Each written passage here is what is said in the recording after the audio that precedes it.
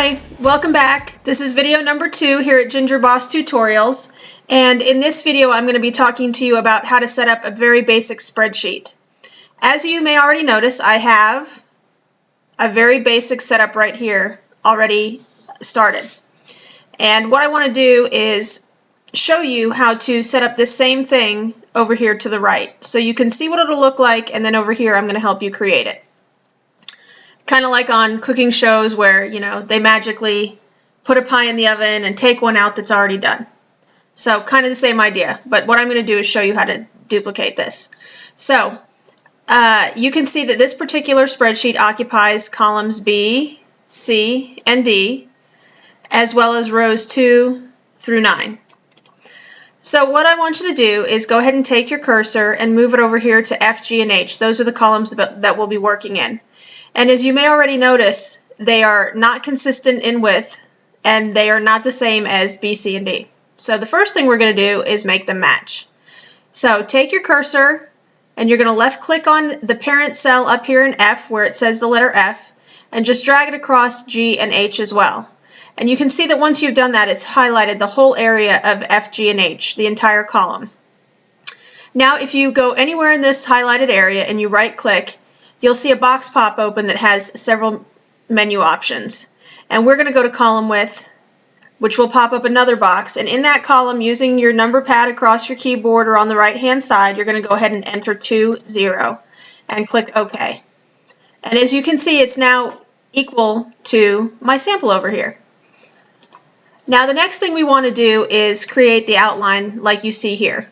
And so once again, we're going to click in column F, row 2, right here, left click, and you're going to drag across G and H and all the way down to row 9. Now we're going to go up to our menu bar, and I want you to click on this button here that looks similar to a window pane. To the right of it there's a little drop down arrow. Left click on that, and you're going to go to the very bottom where it says more borders. Click that and it's going to open another menu. Now right here, this box gives you some line options, like what kind of style line. Do you want a dotted line, a solid line? And for the purposes of what we're doing, we're going to go ahead and use this solid line here. So we're going to click that. And as you can see, I've outlined my whole spreadsheet, and I also have the grids within it outlined. So you want to click Outline, and then you want to click what looks like the inside of the window pane right here that looks like a plus sign.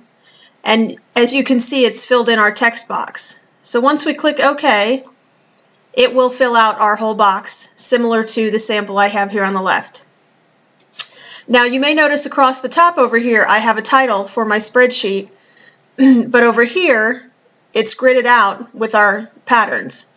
There's an easy way to fix that, and what we're going to do is we're going to actually make all 3 of these cells into one large cell, and what that's called is merging a cell, or merging cells together.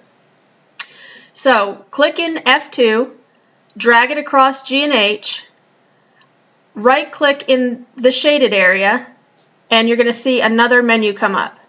And what we're going to do is we're going to go down here to Format Cells, and you can see that there's some menu options across the top of this new box. We're going to click Alignment, and then where it says Merge Cells, we're going to check that box and click OK. And now you can see that what it's done is it's taken out the separations between these cells, and it's one large cell that we can type in. So now what we're going to do is go ahead and title it what we want to title it, which in this case is monthly budget. So go ahead and use your keyboard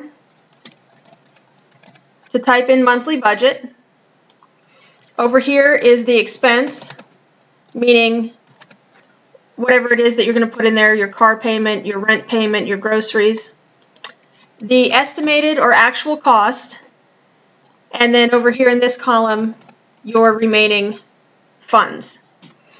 Now, in the next video, I'm going to show you how to set it up so that once you put your expense and your cost in, it will do the calculation to show you what your remaining finances are. So please make sure you join me in my next video, and remember, click subscribe here at Ginger Boss Tutorials so that we can spend more time together. Thanks very much. Bye.